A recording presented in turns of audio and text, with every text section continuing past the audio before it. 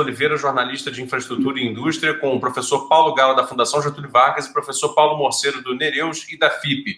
O assunto desse nosso novo encontro é infraestrutura. Todo mundo sabe que a infraestrutura é muito demandante de capital, de maquinário e de trabalho.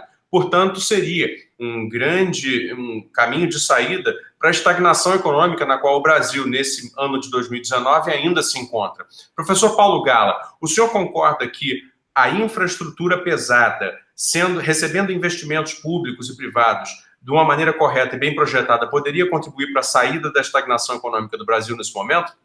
A infraestrutura é a saída óbvia para o Brasil, né? Porque ela ajuda a resolver tanto o problema de demanda quanto o problema de oferta, né? O problema de demanda porque o governo poderia gerar estímulos, né, ao fazer investimento público, tanto diretamente com recursos do orçamento, quanto se associando à iniciativa privada com os modelos de PPP, né?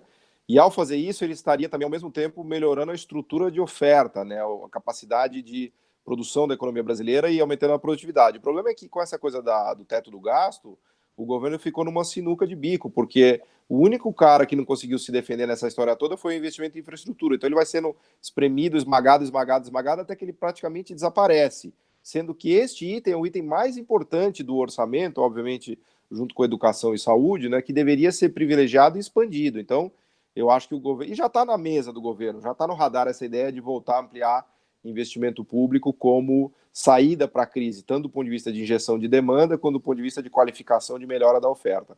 E só mais um detalhe em relação às questões estruturais que a gente discute muito aqui no canal, né, da melhora da estrutura ou da necessidade de melhora de estrutura tecnológica do Brasil. Existe um espaço enorme aí para se usar conteúdo nacional com inteligência, né, copiando o modelo nórdico, o modelo asiático, para ajudar o desenvolvimento de maquinário no Brasil, de produção de maquinário ligado à infraestrutura de maneira eficiente, né? De novo, o exemplo das turbinas eólicas, acho que é um belo exemplo disso, e a partir daí tentar catapultar as empresas brasileiras para que elas ganhem escala, ganhem eficiência e possam ir para o mundo, conquistar mercados no mundo, que é o que de fato desenvolve um país, né? Então acho que a alavanca de desenvolvimento para o Brasil no momento é infraestrutura, até porque todos os outros setores estão muito ociosos, né? Shopping center, loja, restaurante, galpão. Então, o setor de infraestrutura é o que tem carência gigantesca de saneamento, mobilidade urbana e até mesmo energético,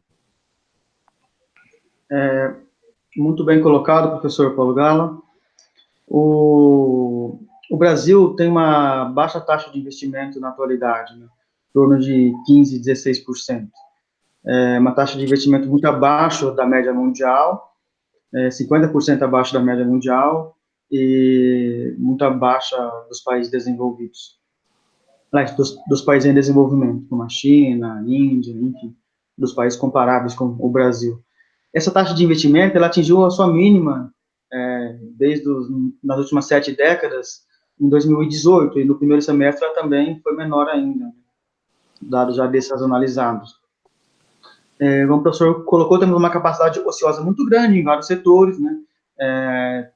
Praticamente todos os setores da economia. O cenário mundial para exportar está mais difícil, devido à guerra comercial entre China, Estados Unidos, vários outros países estão fazendo políticas de desenvolvimento, como a Alemanha, fazendo sua política para a indústria 4.0, e o Brasil ainda está com problema de demanda, né?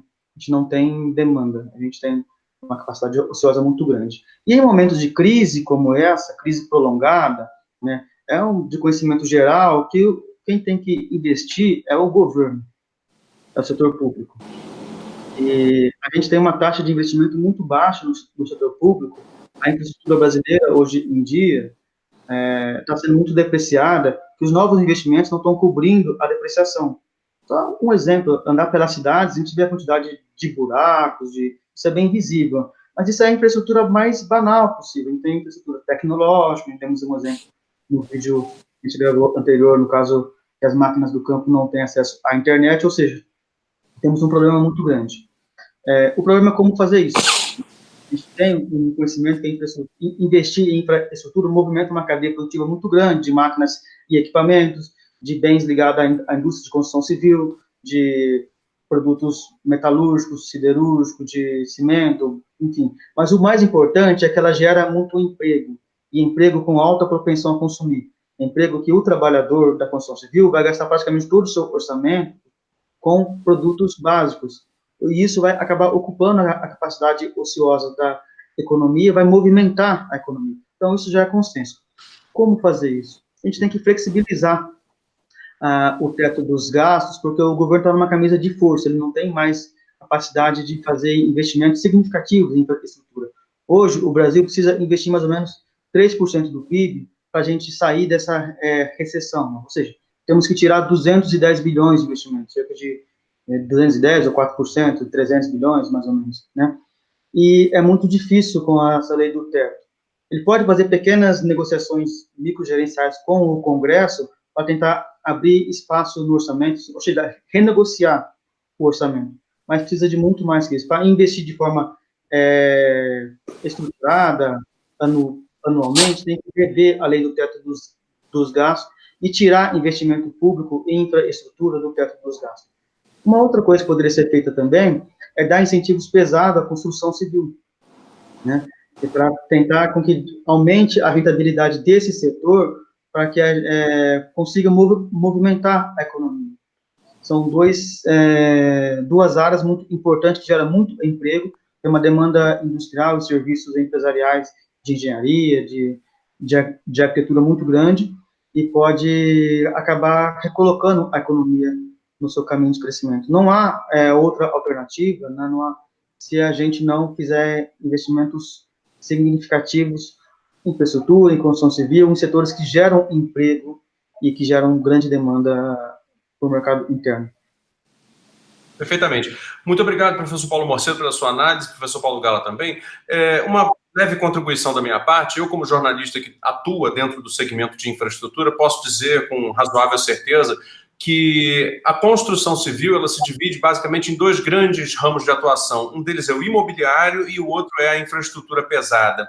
O imobiliário, ele até vem se recuperando através da queda consistente da taxa Selic, através dos últimos 2 ou 3 anos, né, o que houve uma oferta de crédito muito grande, isso está sendo captado por alguns investidores imobiliários, o que vem mobilizando a construção de novos edifícios. Uma cidade como São Paulo, onde nós todos vivemos aqui, vem percebendo, né, a edificação voltando, né? Então, vários terrenos que estavam ociosos, hoje levantam edifícios. No entanto, isso não tem sido suficiente para realmente mobilizar e expressar em números os níveis de emprego, de consumo de insumos básicos como cimento, metais, concreto e maquinário, assim como também não tem sido suficiente para gerar um impacto significativo dentro do número consolidado do PIB. O que isso significa? Dentro do nosso setor, nós avaliamos sempre o seguinte: o volume de PIB, de riqueza e de investimento sempre está alocado na infraestrutura. Sem infraestrutura, e estamos falando num país onde a carência de infraestrutura é gigantesca, né? Olha a quantidade de trens, metrôs, pontes, rodovias, ferrovias, portos e aeroportos que faltam no Brasil para o país funcionar. Sem essa infraestrutura, realmente fica muito difícil movimentar toda essa cadeia. Daí você tem o sintoma de capacidade ociosa e desemprego, como os dois professores aqui comentaram. Muito bem, ficamos por aqui. Muito obrigado por acompanhar mais um debate. Nós sempre estaremos aqui fazendo novos debates nos nossos canais. E fique à vontade para compartilhar. Esse é um debate muito importante que precisa ser levado adiante para que a gente possa interromper esse ciclo de monotonia no debate econômico que tomou conta aqui do Brasil através da imprensa econômica, que só discute realmente orçamentos e ajustes macroeconômicos na perspectiva fiscal. Muito obrigado e até uma próxima.